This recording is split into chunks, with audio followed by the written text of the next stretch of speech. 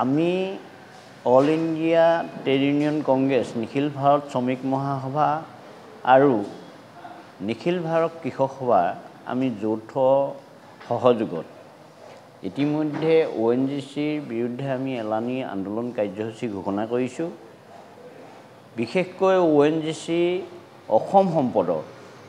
দীৰ্ঘদিন তৈল পথাৰবিলাক ব্যক্তিগতকৰণ কৰা আৰু ইয়াৰ পৰা তেখেতলোকে ONGC যিবিলাক বিভাগ এই বিভাগবিলাক হস্তান্তৰ কৰা যি মানে জনবিৰোধী বা আজি ONGC বিৰোধী সিদ্ধান্ত তেখেতলোকে লৈ আহিছে, তাৰ লগতে দীৰ্ঘদিন ONGC খনন উৎপাদন যথেষ্ট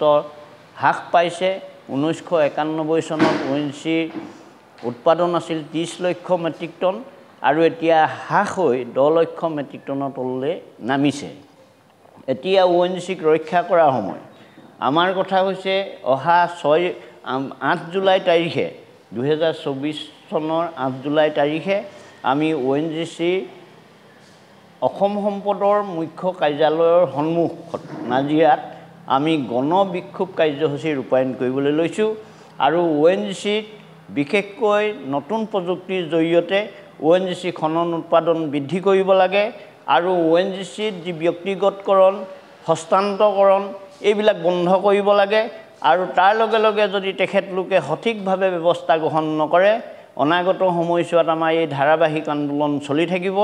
আৰু এই পাব্লিক প্ৰটেষ্টৰ কাৰণে আমি গাঁৱে ভূঞে বিভিন্ন অংশত আমি সভা সমিতি কমিটিবিলাক গঠন কৰিছোঁ আৰু লগে লগে আমাৰ ONGCক অহা সময়ছোৱাত পুনৰ আগৰ অৱস্থালৈ ঘূৰাই অনাৰ কাৰণে আমি দাবী জনাইছোঁ। যিহেতু 1996 চনত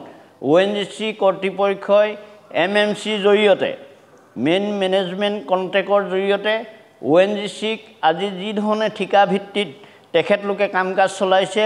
কৰ্মচাৰী তেখেতলোকৰ প্ৰয়োজন নাই আৰু তেওঁলোকে যোৱা সময়ছোৱাত ONGCক খনন উৎপাদন মানে অধিক বৃদ্ধি কৰাৰ কথা আমাৰ ইয়াত মানে উল্লেখ কৰি আহিছে, কিন্তু তাৰ বিপৰীতে তেওঁলোকে ONGCক সম্পূৰ্ণৰূপে ধ্বংস কৰা যি ষড়যন্ত্ৰ, অসম বিৰোধী যি ষড়যন্ত্ৰ, এই ষড়যন্ত্ৰ তেওঁলোকে সক্ৰিয় কৰি তুলিছে আৰু তাৰ বিৰুদ্ধে আমাৰ এই সংগ্ৰাম চলিব আৰু অহা সময়ছোৱাত আমি গণতান্ত্ৰিকভাৱে আমি সকলোকে সংঘবদ্ধ কৰাৰ আমি চেষ্টা চলাইছোঁ আৰু পাৰ্লিয়ামেণ্টত যাতে উত্থাপন কৰা যায় এই সমস্যাটো সমাধান কৰাৰ কাৰণে আমি সাংসদ আৰু অন্যান্য প্ৰতিনিধিসকলৰ লগতো আমি ইতিমধ্যে আলোচনা আৰম্ভ কৰিছোঁ।